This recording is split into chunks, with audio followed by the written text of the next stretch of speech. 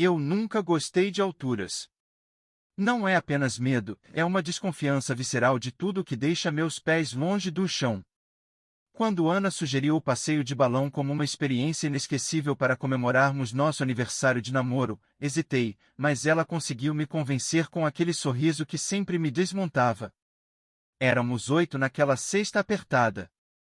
Além de Ana e eu, estavam Gustavo e Letícia, irmãos que viviam discutindo, mas tinham um vínculo inquebrável, Renan e Mariana, inseparáveis, sempre prontos para uma piada, Clara, uma fotógrafa tímida que parecia desconectada do resto do grupo, e Sr. Jorge, o piloto experiente, que exalava confiança. O dia estava lindo quando subimos ao céu, com o sol refletindo no balão colorido, e a vista era realmente de tirar o fôlego. Enquanto ríamos e tirávamos fotos, uma sombra escura começou a se formar no horizonte. Nuvens negras surgiram como se estivessem rastejando, e logo o vento ficou mais forte, sacudindo o balão. Sr. Jorge tentou nos tranquilizar, mas era impossível ignorar a tensão em sua voz. O balão oscilava de um lado para o outro, como se a tempestade tivesse mãos invisíveis tentando nos derrubar. "Segurem-se!" gritou o Sr. Jorge, enquanto lutava para controlar o balão. Gritos e orações se misturavam. Ana apertava minha mão com força, e eu sentia o suor escorrer pelas minhas costas. Finalmente, o balão começou a descer, mas o pouso foi tudo menos suave. Caímos em uma clareira, sacudidos violentamente no impacto. Quando abri os olhos, todos estavam vivos, mas visivelmente abalados. O balão estava destruído, o cesto amassado e os equipamentos danificados. O vento havia parado, mas a floresta ao nosso redor parecia nos observar. Árvores gigantescas formavam um muro verde escuro, bloqueando qualquer sinal do céu. Clara começou a tirar fotos, talvez para documentar o que parecia ser um desastre, enquanto Gustavo e Renan tentavam avaliar os danos. "Sem sinal", disse Mariana, balançando o celular no ar. O tom casual de antes havia sumido. "Vamos procurar ajuda pela manhã", sugeriu o Sr. Jorge, com uma calma forçada. "É perigoso se aventurar na floresta à noite." Enquanto esperávamos, Gustavo, que havia se afastado um pouco, voltou segurando algo estranho, marcas enormes no chão. Pareciam pegadas, mas eram maiores do que as de qualquer animal que já vi. Havia garras profundas cravadas na terra, como se algo pesado tivesse passado por ali. "Devem ser de algum urso, ou sei lá", disse Renan, tentando desviar a atenção daquilo. Mas ninguém acreditava. Montamos uma fogueira improvisada com madeira seca que encontramos nos arredores. Sentados ao redor dela, tentamos agir normalmente, mas o silêncio era opressor. Um som estranho veio da floresta, algo que parecia um arrastar lento, quase ritmado. O tipo de som que faz sua mente imaginar o pior. "Deve ser o vento", disse Gustavo, mas seu tom não convencia nem a ele mesmo. O estalo veio primeiro. Depois, um grito tão alto e cortante que fez meu coração parar. Letícia tinha se afastado para ir ao banheiro. Gustavo foi o primeiro a correr, com Renan e eu logo atrás. Segurei uma tocha improvisada, tremendo de medo. "Letícia!" Gustavo gritava, mas a resposta nunca veio. Chegamos ao local de onde o grito veio. Havia sangue espalhado pelo chão, um vermelho brilhante que parecia ainda fresco. A lanterna de Letícia estava caída, com a luz oscilando, como um coração pulsando antes de parar. Não havia sinal dela. "Isso não é normal", disse Renan, a voz trêmula. "Temos que voltar para a fogueira", sussurrei, sentindo um frio na espinha. E foi quando ouvimos um som baixo, gutural, como uma respiração pesada vinda das sombras. Corremos de volta para a clareira, o coração disparado. Quando chegamos, todos nos encararam, esperando que trouxéssemos Letícia de volta. Gustavo tentou explicar, mas as palavras falhavam. Então ouvimos novamente aquele som. Um arrastar, agora mais próximo, acompanhado de estalos, como se galhos estivessem sendo esmagados. O medo tomou conta do grupo.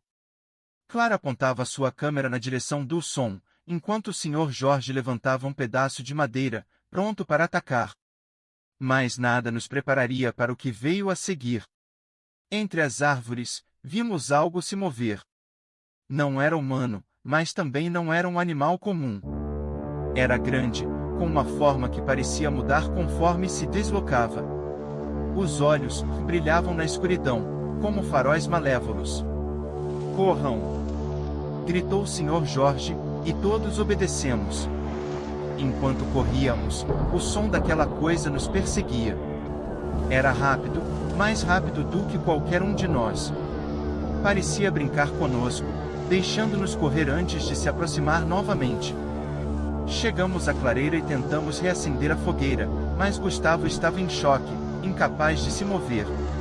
Ana chorava silenciosamente, e Clara não parava de tirar fotos, como se registrar aquilo fosse sua única forma de lidar com o medo. A noite parecia interminável. Ficamos em um círculo, protegendo-nos com tochas improvisadas, mas o som continuava ao nosso redor. O monstro não nos atacava diretamente, ainda. Era como se estivesse se divertindo, saboreando o medo. E então, à distância, ouvimos novamente o grito de Letícia.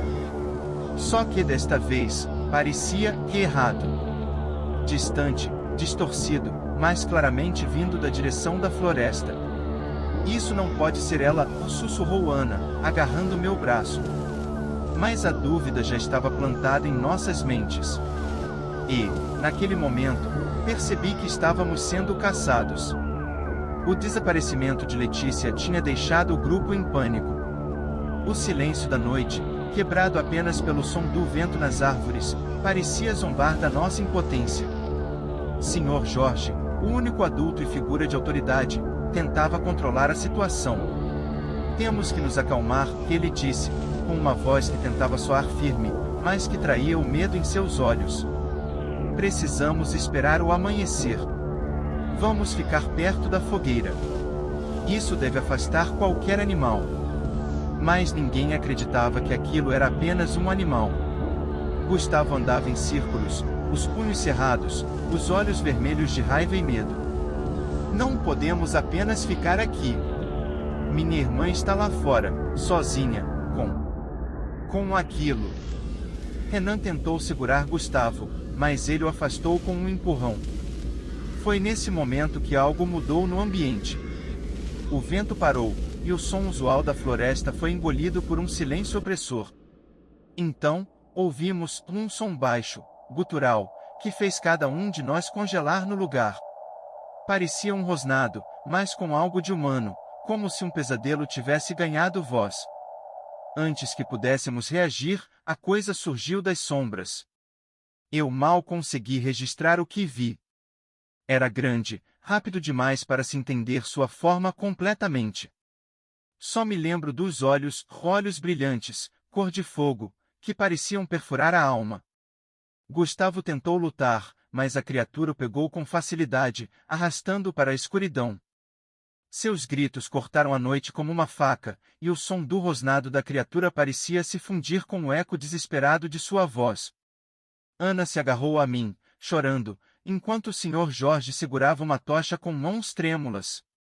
"Fiquem juntos. Não corram!" Ele gritou, mas suas palavras eram inúteis contra o terror que nos consumia. Foi Mariana quem quebrou primeiro. Ela soltou um grito de pânico e correu em direção à floresta, ignorando os apelos de Renan e Clara. Apenas alguns segundos depois, ouvimos outro grito, um som horrível que "Não podemos ficar aqui", disse Renan, sua voz dura. "Estamos encurralados. Temos que nos mover." Clara, de alguma forma, ainda estava fotografando tudo. Talvez fosse sua forma de lidar com o horror, como se capturar imagens pudesse torná-las menos reais. Renan liderou o caminho, sugerindo que subíssemos para uma clareira mais alta que ele havia visto enquanto procurava lenha. Sr. Jorge insistia para que ficássemos juntos, mas cada ruído na floresta nos fazia girar, procurando a origem do som. A sensação de estar sendo seguido era esmagadora, como se o ar ao nosso redor estivesse carregado de olhos invisíveis. Eu sentia Ana apertar minha mão com tanta força que quase doía, mas era o único conforto que me mantinha são. A cada passo, a floresta parecia mais viva. Árvores gigantescas balançavam levemente sem vento, e sombras se moviam no limite da visão, desaparecendo quando tentávamos focar nelas. De repente, Clara parou e apontou sua câmera em direção a algo. Ali! Eu vi! Ela sussurrou, mas Renan a puxou para continuar. O som de passos pesados nos seguiu por toda a caminhada. Por vezes, os passos aceleravam, parecendo vir de todos os lados ao mesmo tempo. A criatura essa resistência. Finalmente, chegamos a uma formação rochosa que parecia promissora. Era uma espécie de caverna rasa, cercada por pedras grandes que poderiam nos oferecer algum tipo de proteção.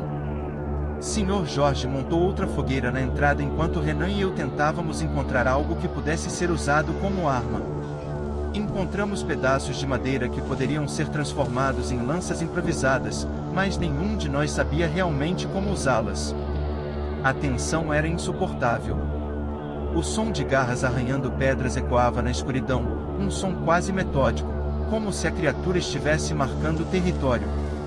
Ana chorava baixinho, e Clara estava encolhida com a câmera nas mãos, olhando fixamente para a entrada da caverna.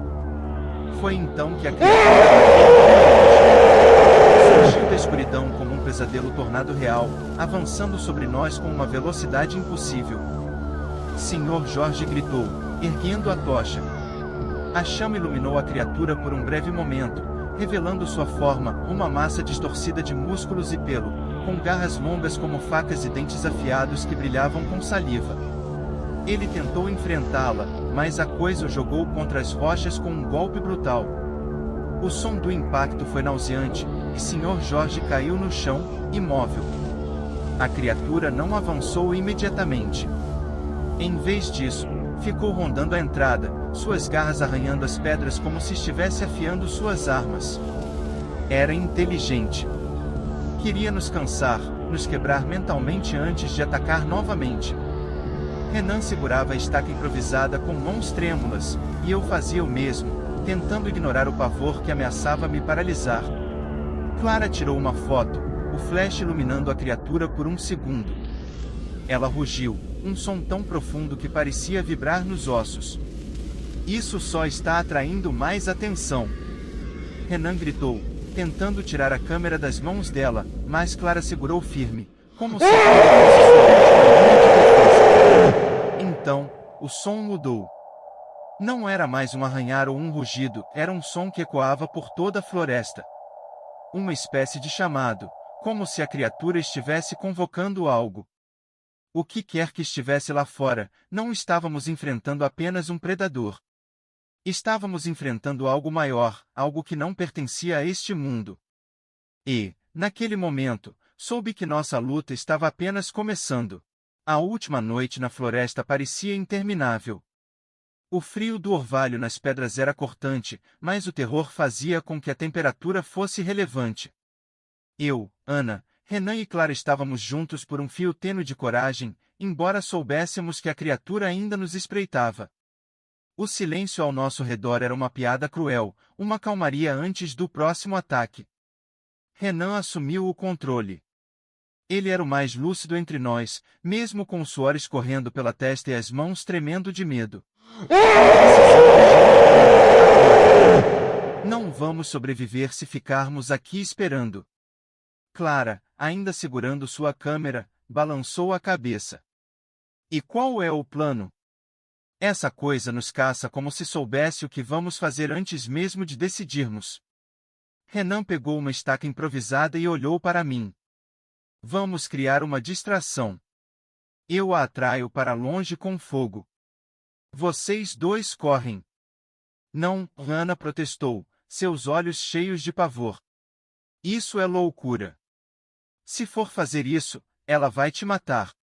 Renan não respondeu. Ele já tinha decidido. Eu queria dizer algo, detê-lo, mas minha garganta estava seca, e as palavras pareciam inúteis. Usada com pedaços de pano encharcados em álcool de uma garrafa que havíamos encontrado. Escutem, ele disse, finalmente quebrando o silêncio. Alguém tem que ficar para trás. Não temos outra escolha. É o único jeito de vocês escaparem. Ana começou a chorar, mas sabia que ele estava certo.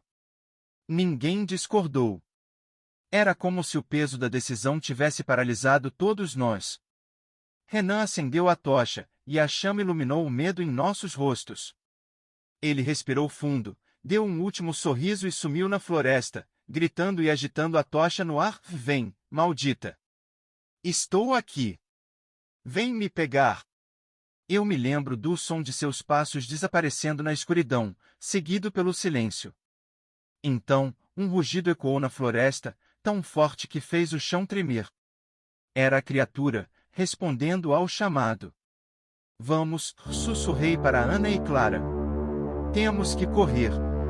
Enquanto corríamos, o som dos gritos de Renan nos perseguiu. Não conseguimos escapar deles, nem da culpa que grudava em nossos ossos. Quando os gritos cessaram, eu sabia que ele havia conseguido. Ele havia dado sua vida para nos salvar, e agora era nossa responsabilidade sobreviver. Seguimos para o que parecia ser a direção da estrada. A floresta, porém, tinha outros planos. As árvores pareciam crescer mais densas, e o caminho à nossa frente se fechava. Clara estava atrás de nós, ainda segurando sua câmera como se fosse uma arma. Foi Ana quem percebeu primeiro que ela não estava mais lá. Felipe! Clara não está aqui! Ela gritou, a voz desesperada. Parando para olhar ao redor, vi a câmera de Clara caída no chão. O dispositivo ainda estava ligado, gravando um vídeo. Peguei minhas mãos tremendo, e olhei para a tela. A gravação mostrava Clara sendo agarrada pela criatura. Não havia som além de sua respiração acelerada, seguida por um grito estrangulado e a visão turva de dentes e garras enormes. Ela está morta, sussurrei, sentindo o peso das palavras esmagar minha esperança. Ana caiu de joelhos, o rosto coberto pelas mãos. Não podemos parar, eu disse, agarrando o braço dela e puxando-a para continuar. Não vamos sobreviver se ficarmos aqui. Quando finalmente alcançamos o que parecia ser uma estrada de terra, o céu começou a clarear. O primeiro raio de luz do amanhecer iluminou a floresta, e pela primeira vez, senti uma centelha de alívio. Mas não durou. A criatura apareceu novamente, saindo das sombras. Estava ferida, uma das pernas mancava, e sua pele parecia queimar sob os primeiros raios de sol. No entanto, ela ainda era assustadora, uma massa grotesca de músculos, garras e dentes, com olhos que pareciam brasas vivas. Eu gritei para Ana correr enquanto segurava a minha tocha. A criatura hesitou por um momento, recuando da chama, mas estava claro que isso não a deteria por muito tempo. Era uma luta pela sobrevivência, e eu sabia que não tinha como vencer. Quando Ana finalmente avistou um caminhão ao longe, a criatura se lançou contra mim. Usei a tocha como uma lança, empurrando-a com toda a força no peito da coisa. Ela rugiu de dor, recuando enquanto o caminhão se aproximava. As luzes do veículo iluminaram a cena, e a criatura fugiu para a floresta, desaparecendo nas sombras. O motorista do caminhão nos resgatou, levando-nos para o hospital mais próximo. Enquanto estávamos sendo tratados, eu me senti vazio, como se tivesse deixado parte de mim naquela floresta. Ana também não falou muito, mas seus olhos carregavam o mesmo peso que os meus. Os corpos de nossos amigos nunca foram encontrados, e a clareira onde o balão havia pousado foi declarada como um lugar perigoso, cheio de animais selvagens. Mas eu sabia a verdade. E agora, estou te contando isso porque você merece saber. Eles nunca encontraram o que sobrou dos nossos amigos, eu disse, olhando diretamente para o ouvinte. Mas se você escutar com atenção suficiente, à noite, poderá ouvir os mesmos sons que ouvimos naquela floresta. Então, eu te digo, se um dia você estiver perdido e ouvir algo se movendo entre as árvores, corra. Porque não há força no mundo capaz de deter aquilo.